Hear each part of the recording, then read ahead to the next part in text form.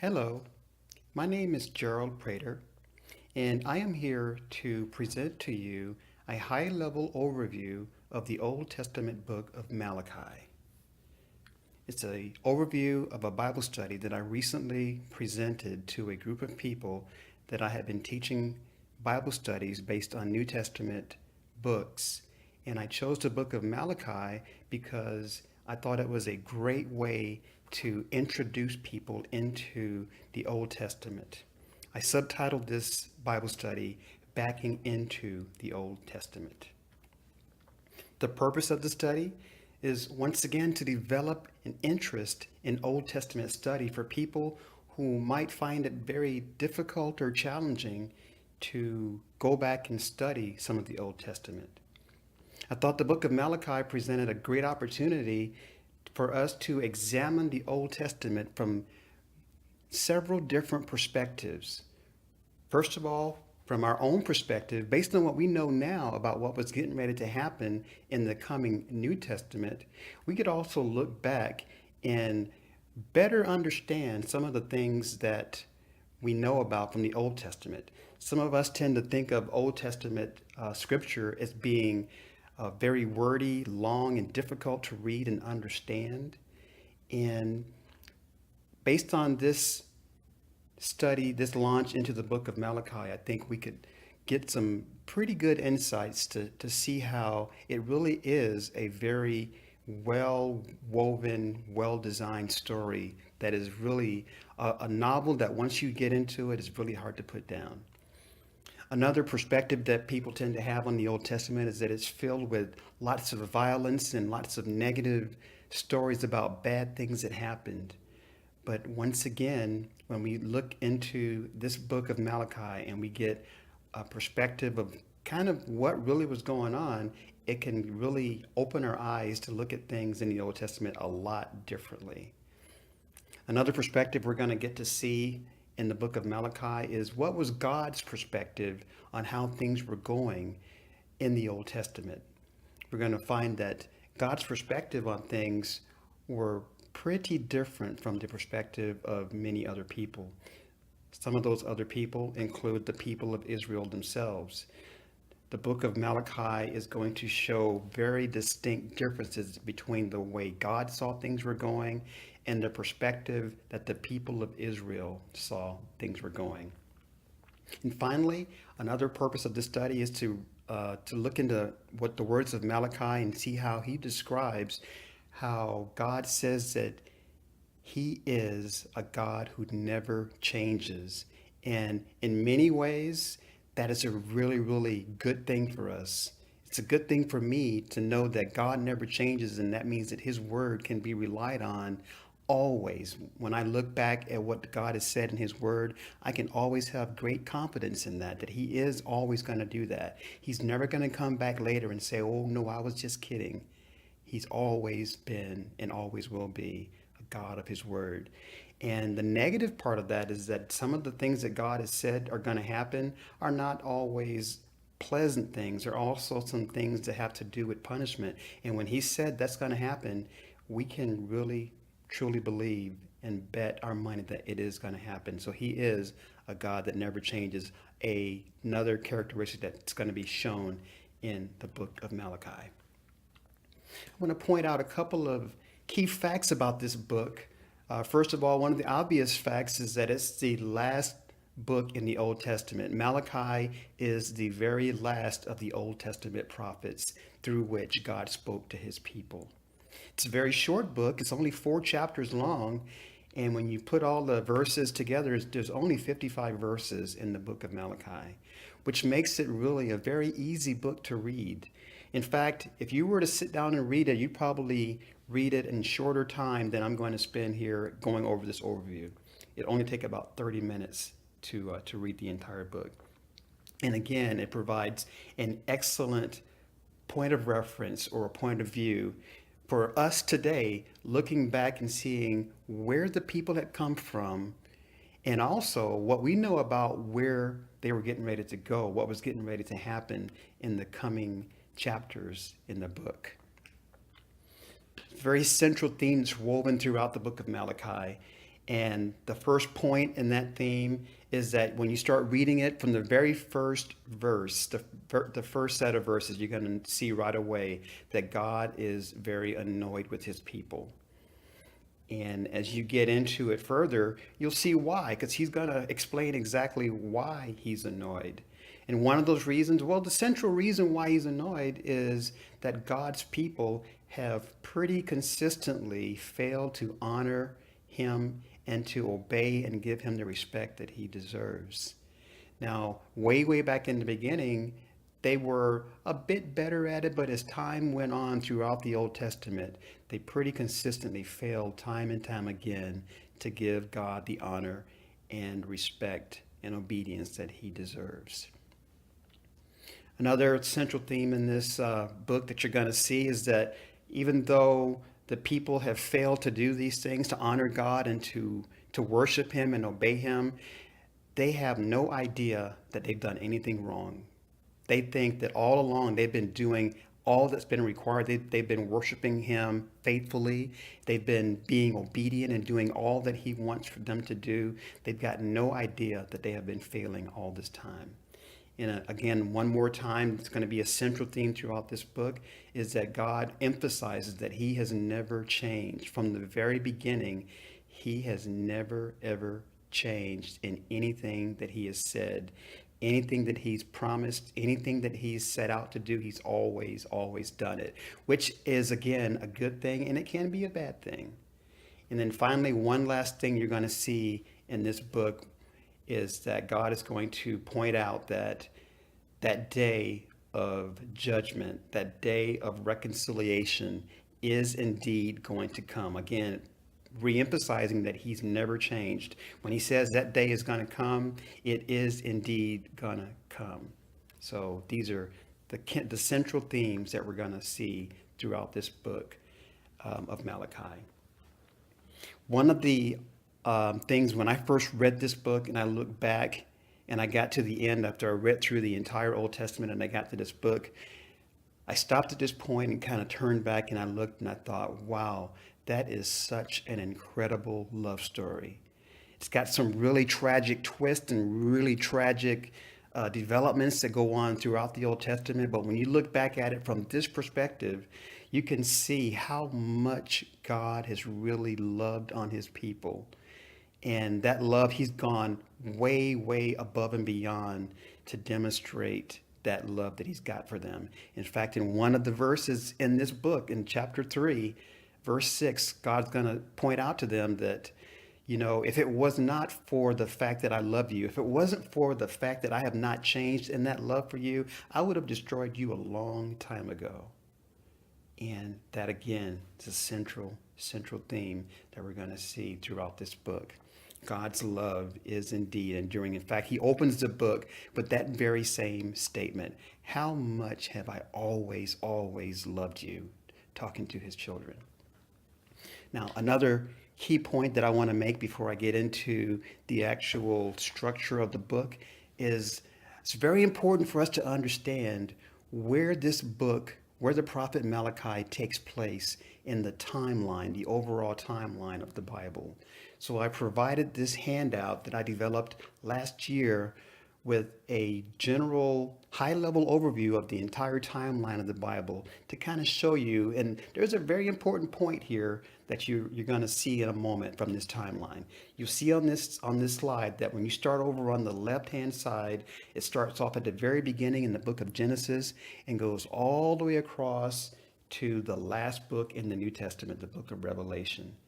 And right there, just off to the right of center, you see the two diagonal lines with the arrow between and the sad face above it. That is a period where Malachi, the book of Malachi, ends. At the end of this book of Malachi, God stops talking to his people and spends 400 years of silence where he does not say another word to his people through any prophets or through anybody.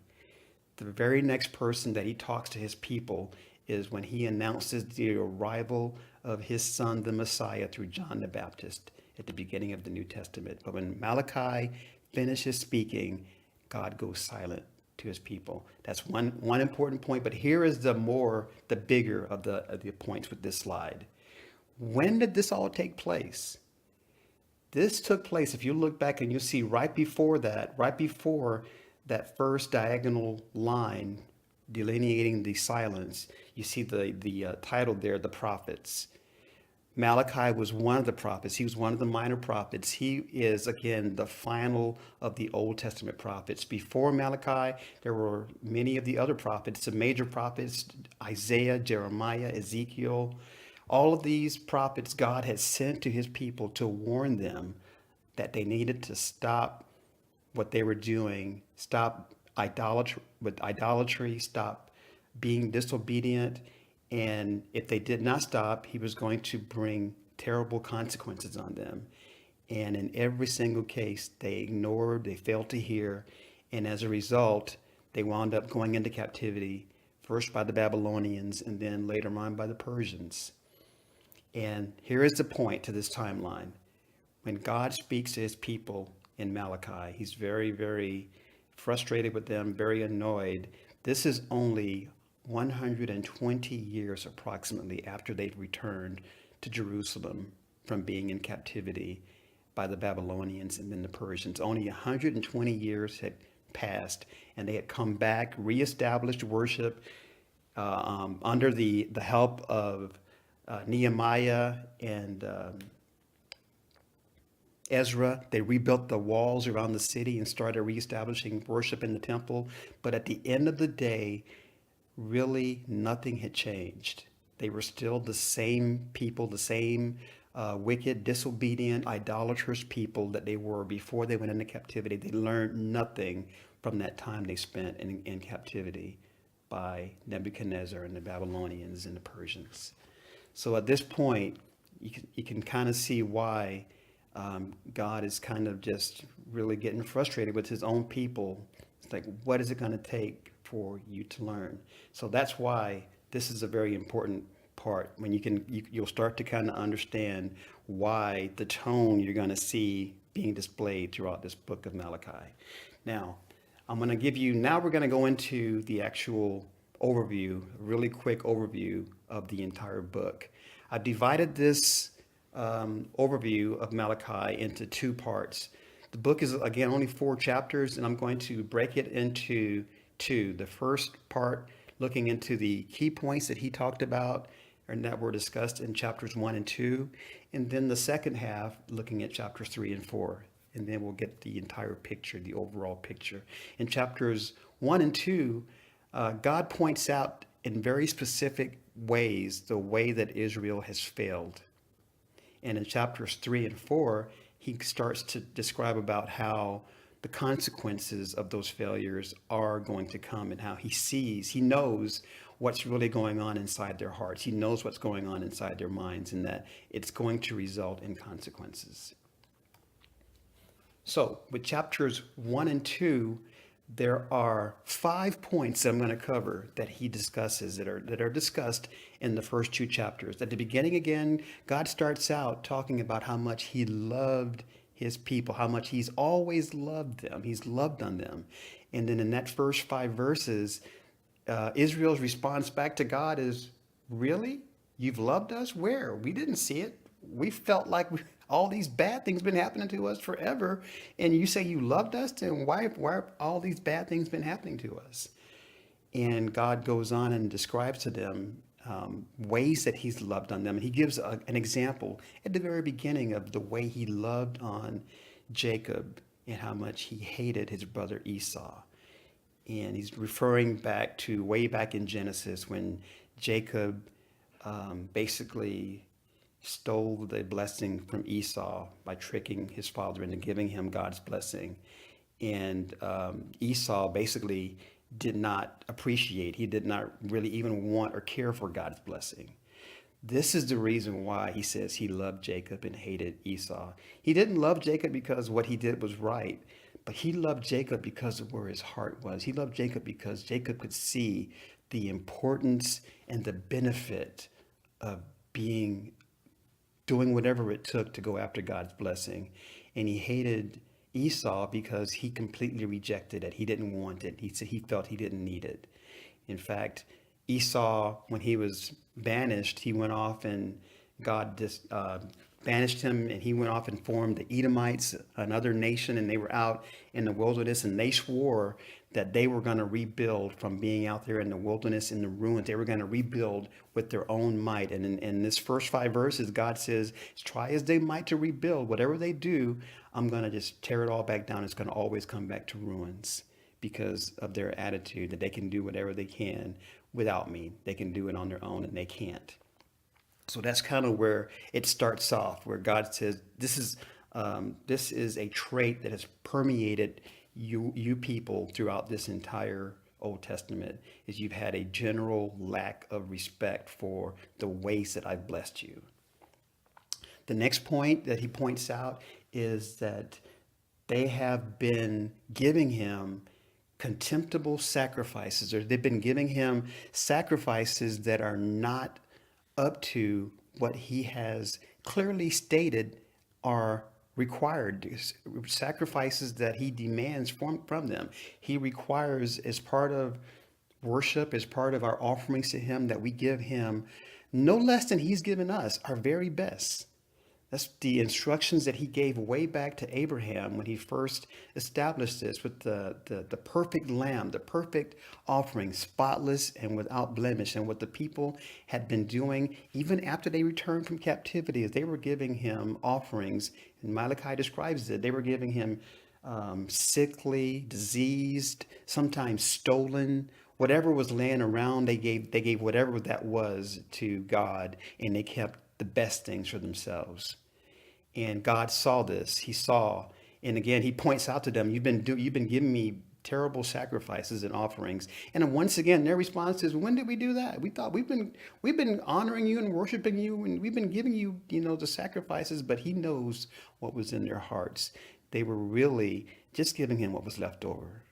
They were just really giving God the second best, and they were keeping the best for themselves. And one of the things that we discussed in this Bible study is that we can be guilty of that very, very easily. In fact, very often today, in the way that we worship and give offerings to God. One of those ways is that we give God basically our Sunday morning, and the rest of the week is ours. And we do what we think we should be important for us to do, and what we have to get things done. And we really have a tendency to just put God into a little box. And that's kind of what he's pointing out that they were doing. So their offerings they were not giving God their best. They were just giving him what was left over and placing him in a box. The next point that God points out to them was that their worship, when they were very dedicated to coming to the temple and doing all the festivals and the feasts and all that thing and all that, the Sabbath and all those things. But he said that at the end of the day, their heart was really not in it. They were just doing those things because they were what he calls ritual worship. They were going through the motions. They were doing things because, well, we've always done those things. And that's what people do when we, on Sundays, we go to church. So that means that we're Christians, right? Well, God said, no, unless your heart is really in it and you're doing it for a relationship, you're doing it because of outright love for me, you're really just going through the motions and doing things, thinking that those things that you do are going to make you righteous, and they don't. And once again, their response is, but we've been dedicated. We're faithful in worshiping you. And he says, no, you're not. In fact, at one point in the book of Malachi, God says, I wish you would just stop it, because I find it detestable what you're doing. It's really an insult. Finally, in the latter parts of the first 2 chapters, God turns his focus towards the priest and the Levitical priesthood. And he kind of points out to them that up until this point, his criticism has been directed towards the general people, the population of Israel. But now he turns to the priesthood and says, this is all your fault, because I gave you a commission. I had a an agreement with you way back when I first commissioned you to lead these people, to lead them, to show them and to teach them how to be observers of the law, to teach them the proper ways to worship, to teach them what it was, what were the right ways to worship the God, the living, the true and living God, the one that you knew was here. And that over time, you've slowly but surely drifted away into your own agendas, and you're no longer really being the leaders that I put you there to be. And God, for the priest, he used some pretty strong language that has to deal with cow manure and what he's going to do with them, both to them on the cow manure and what he's going to do with the cow manure on them. And he's pretty upset at the way that this has really transpired. And then finally, at the end of the second chapter, he turns his concern to the way that the people have failed in keeping their commitments. This is where that famous verse comes from where God says how much he hates divorce. And we talked about this in the study. It's so very easy to look at him saying he hates divorces. He's talking just about he hates it when a husband and wife separate, when a husband puts away his wife or a wife puts away her husband. But really, at the end of the day, it's much, much bigger than just the divorce of a man and a woman. He says that if we can do that between each other, then we'll do the same thing with him vertically. If we will not keep our commitments between each other, we will also not keep our commitments with him. And the union between a man and a woman is a picture of the union between us and our Father, us and our Lord, the bride of the Lord. If we are not um, faithful to that commitment, then we won't be faithful to any commitment. And that's where he's really, again, expressing concern and displeasure with his people. And once again, they're like, we didn't do anything wrong. We think that we're doing pretty good. Now, as I turn over to chapters 3 and 4, God turns and starts talking now about some of the consequences that are come and that are going to come. And he makes some pretty, once again, very startling observations. He starts out in chapter 3 talking about that coming day of judgment and that day really is going to come. And when that day comes, um, everyone's going to really know that that he's serious, that he's always been serious. He's always been the God. And here again is where this point is reemphasized again, that he has never changed.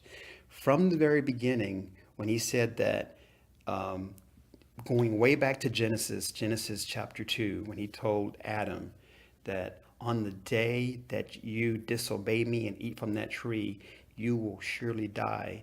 And that's again a promise that the Lord has made, and he's not going to go back on that promise. That day, when that judgment, when that final judgment of death, that day is coming. And he says he's still not changed. He has never changed anything that he said. His word has always been faithful. His commitments have always been true.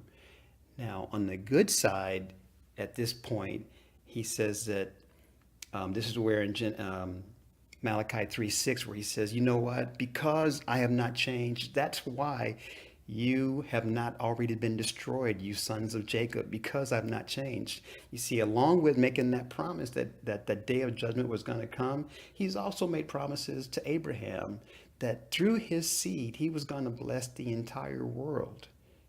That these people were his chosen people, and he was going to be a blessing through them.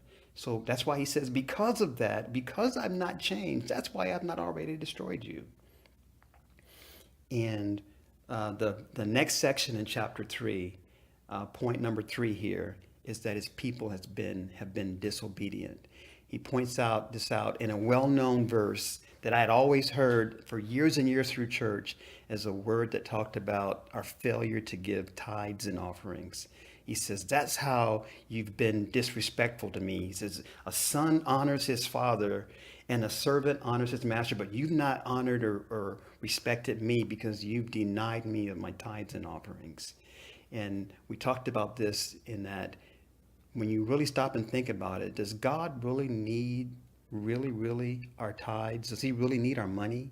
The same God that fed thousands of people with a couple of pieces of bread and a couple of fish, and does he really need our money?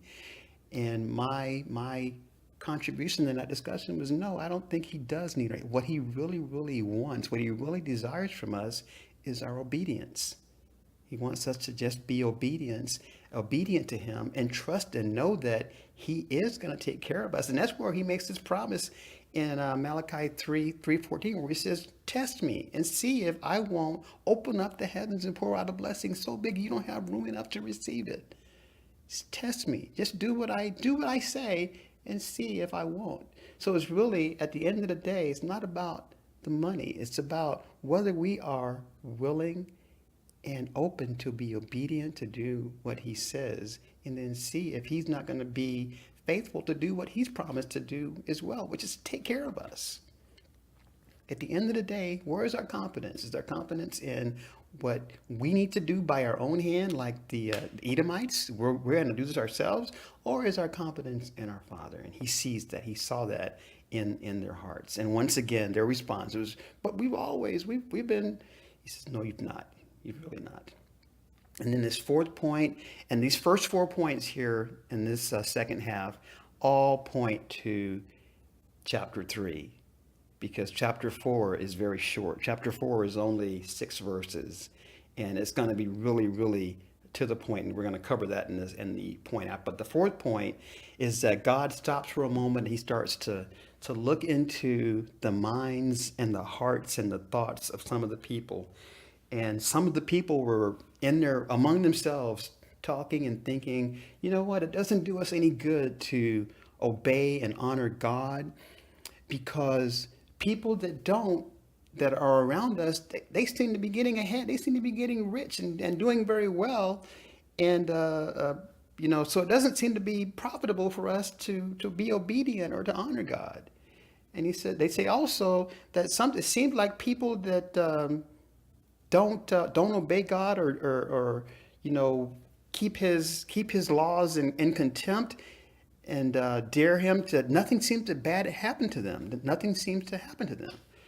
And so at the same time, on the other side of the fence, God also overhears some people that honor him that say, you know what, it doesn't matter what it looks like. I'm going to choose to be obedient to our Father. We're going to honor God no matter what it may look like, or no matter what it may seem like, no matter what other people may be benefiting. We know that it is good for us to honor God. And the key point to remember with both of these sides of the fence is that the book of Malachi is a book where God is speaking through his prophet to the people. The people of Israel are not speaking back to God through Malachi. That's a very important point to remember, because when he makes these points about these people and their thoughts and their hearts, it's a point that permeates the entire book of Malachi. Whenever the people, when God says to his prophet, and yet you say, when have you ever loved us? That's not the people literally saying that to God. That's God telling the people what they think, what they're thinking, what's in their heart. And right here in this, at the end of this third chapter, he's once again telling them, this is what you're thinking. There's some of you that are thinking, what good does it do us to honor God, because people that don't seem to get ahead. And there are others of you that are saying we are going to honor him no matter what. It's because God knows already what's in our hearts. He knows what we're already thinking. So that's an important point also to take into this study. But the way that we worship, the way that we offer our offerings, he knows what's behind it. We can go and we can do whatever, in front of everybody else and make it look like we're so very good. But at the end of the day, the most important thing is that God knows our hearts. And in this last point about that coming day of judgment, God comes back with a fury about that day. It is going to come. And on the on the heels of just talking about what people are thinking, he says, now, you know what? That day is coming. And when that day comes, you will all know. That day for some of you is going to be a day of terror. It's going to be the worst day ever when, um, he describes destruction and a lot of suffering. But he says that for some of you, the ones that have chosen to obey me, that's not going to be a day of terror. That's going to be the day of celebration. That's going to be the best day ever. He describes it in the fourth chapter as that's going to be a day like when the cows are let out to pasture and they're finally set free. When we are finally set free of these bodies that are in bondage to sin still, even though we don't want to, we still can't help it. He says, that's the day when you are finally going to celebrate because you are free. He says, all those people that were disobedient and rebellious, he says, they're going to be like the ashes under your feet. You're going to be celebrating, and everybody is going to know when that day comes that I am Lord and I have never changed, and that I have always kept my promise and I've always been the Lord your God. Some of you have chosen to not want to be with me, but a key point here again at the end is that even up until the end, he's still holding out his hand for mercy. He says he's going to send a messenger.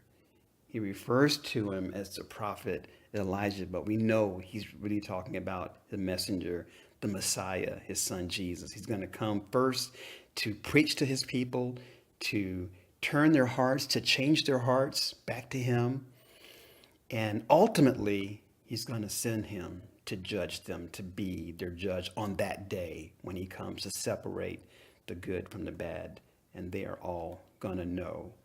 And God's final words in the Old Testament. I find this so very, very just ironic, touching, powerful, that his final words in the Old Testament, the last two verses, he says, there will be heart change. The children will return their hearts to the fathers, and the fathers will return their hearts to the children. He says, and if there is not heart change, I will strike the land with a curse. And then the Old Testament ends, and God goes quiet for 400 years. Powerful, powerful book. Again, only 55 verses, 4 chapters. And this presentation is really only meant to give you an over high level overview of the book, but I highly encourage you to sit down and take the 30-45 minutes and read it yourself and see what it speaks to you. Don't just take my word for my interpretation. See what it speaks to you. And then finally, the summary of this overall book is that our Father is indeed a holy and righteous God, and he cannot ever ignore sin. He is just and holy. Just like any good judge in our judicial system today, they cannot ever wink at crime. They are always seeking to make what was wrong right. God cannot just turn a blind eye at sin. He is holy and will never ignore it. But at the same time, God is also love and mercy and does not want any of his children to perish. And it's just a beautiful picture that righteousness that demands that things be set right, that the punishment that's due be given, but at the same time, that love and mercy, that just the love of a father for his children that wants nothing more than to do whatever he can to give them the ability to make a good choice, to make right choices. And as we all know, that the next time that he speaks, he's going to be announcing the arrival of the ultimate solution to help us make the choice that we could never do on our own, to give us that power to make that good choice.